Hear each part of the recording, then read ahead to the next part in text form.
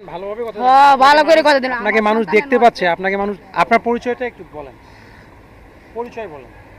আমার নাম মুসাম্মদ পলি আক্তার, আমার বাড়ি মোহনগঞ্জ।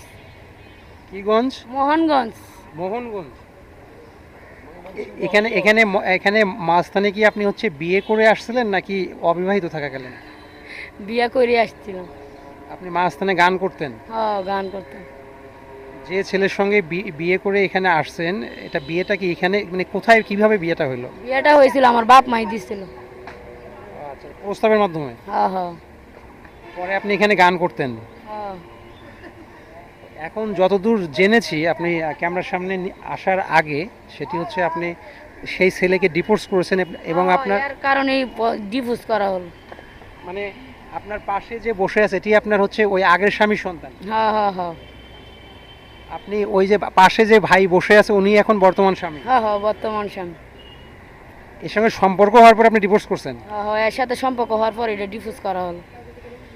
এখন এই ছেলের তো আগের বউ আছে? বউ আছে চলে আছে জানি তো। এগুলো জেনেই এমনটা করছেন? হ্যাঁ হ্যাঁ। আপনি যে আপনার স্বামীকে যখন ডিভোর্স করলেন, আপনার স্বামী কি সেটা স্বাভাবিকভাবে মেনে নিছে? হ্যাঁ মেনে নিছে, এও আমার তুই আরেকটা বিয়ে করছে, এই কারণে মেনে নিছে। আপনি বাচ্চাটাকে আগের স্বামীকে দেন নেই? না না। বাচ্চাকে আপনার কাছে রাখবেন? হ্যাঁ হ্যাঁ আমার কাছে রাখুন। এখন আপনি যে ছেলেকে বিয়ে করছেন ওই ছেলের বাবা মা আপনাকে মেনে নিচ্ছে না? না না ওই মেনে নিচ্ছে না এটা। কেন মেনে নেয় না?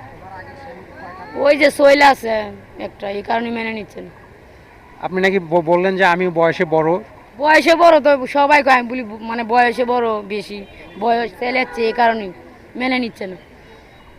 এখন এই ছেলের সঙ্গে কি মনে হয় যে সংসারটা আপনার এই বাচ্চাটাকে কি মেনে নেবে?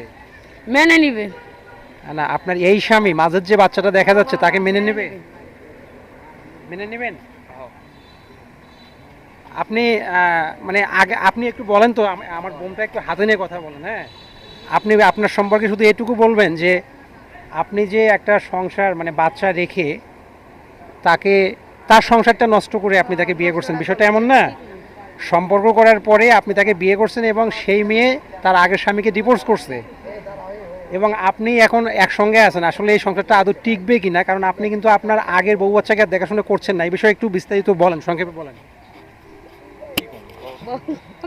আমি যা বললাম তাই বলেন। এ ভাই তুমি কই দাও, তো বিয়া ছাড়া কথা কইতে পারবি না। আমি কি বললাম আপনি বুঝতে পারেননি?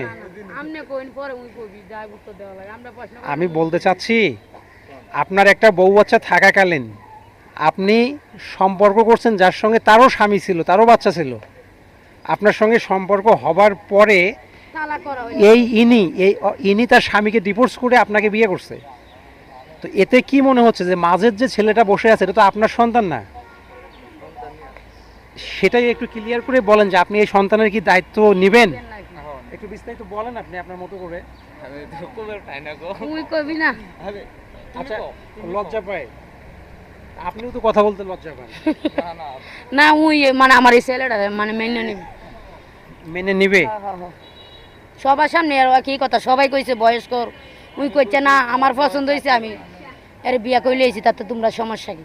এই বাচ্চাটার কি পড়ালেখার এখন তো স্কুলে যায় না? না না ভর্তি করমু কিছুদিনের ভিতরে। আচ্ছা, এখন আচ্ছা আমি আপনার কাছে একটা প্রশ্ন করি, সেটা হচ্ছে আপনার কাছে কি মনে হয় যে আপনি যে ছেলেকে বিয়ে করছেন তার আগের বউ বাচ্চার জীবনটা কি নষ্ট করছেন কি না, এটা কি মনে হয়? নষ্ট তো করছি, তা আমার মাঝে যে আরেকজন মহিলা আছে না, আমার জীবনটা উই নষ্ট করলো না। আমি আপনার স্বামীর অতীতে যেতে চাচ্ছি না, আপনি এখন যেখানে আছেন সেই স্বামীর অতীত নিয়ে আমি কথা বলতে চাচ্ছি।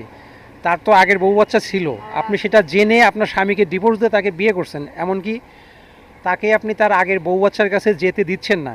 তো এতে কি মনে হচ্ছে যে আপনি ওই মেয়েটার জীবন নষ্ট করলেন না? না কাছে যাবি তা কি হয়েছে, তো যাই কিছুদিন পর পর যায়। আচ্ছা যাক, সর্বোপরি শুধু এটা বলবো যে এই বাচ্চাটার জীবনটা যেন নষ্ট না হয়, আমি এটা আপনাদের দুজনকেই অনুরোধ করব। কি বলেন বলেন? হ বাচ্চাটা জীবন নষ্ট হবি না। সেটাই, এই বাচ্চাটার জীবন যেন নষ্ট না হয়। হ নষ্ট হবি না।